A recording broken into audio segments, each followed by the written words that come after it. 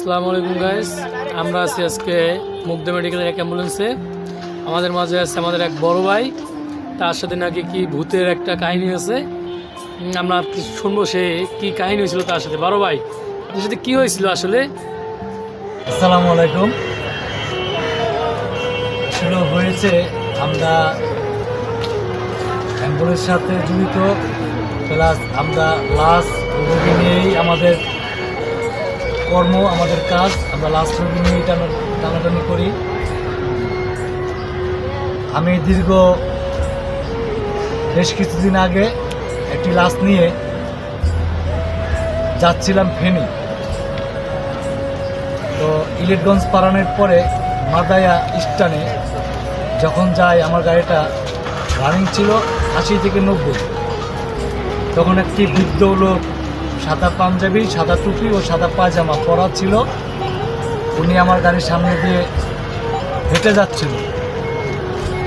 তো আমার বাম পাশে আমাদের এক যাত্রী ভাই বসা ছিল, উনি আমাকে ভাই বললো ব্রেক ব্রেক। আমি তো আসলে বুঝতে পারছি যে জিনিসটা কি। আমি আর গাড়িটা ব্রেক করি নাই। ব্রেক করলে আমার গাড়িটাও নিয়ন্ত্রণে নাও থাকতে পারত। তারপরে আমি চান্দিনা যেয়ে দাঁড়াইলাম। দাঁড়ানোর পরে আমাকে আমার ওই ভাই বলতেছে যে ভাই কী হলো ঘটনাটা। তখন ওনাকে আমি বললাম যে আপনি শুনতে পারবেন, আপনার কি হার্টবিট শক্ত আছে? তখন উনি বললো যে না ভাই, বুঝতে পারছি। তো ঘটনা হলো, একটি বৃদ্ধ লোক, ওটা হলো আমাদের চোখে ঝাপসা দেখা।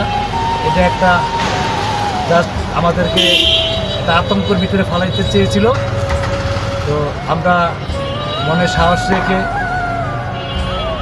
আমরা এই কাজগুলো করি। আমরা দেখি, মানে পরেই দেখি এই জিনিসগুলা। আসলে এই জিনিসগুলা দেখি, এটা কিন্তু বাস্তবই অনেক কিছু। আমাদেরকে দেখতে লাইক দিবেন, কমেন্ট করবেন, শেয়ার করবেন। এই জিনিসগুলো আসলে ভূত না, এটা আমাদের চোখের একটা স্বপ্ন। যে জিনিসগুলো আমাদেরকে চোখের উপরে আলিজালি দেখায় একটা বিভ্রান্তি সৃষ্টি করে। আসলে এইটাই আর কি ঘটনা। আচ্ছা, বুঝতে পারছি।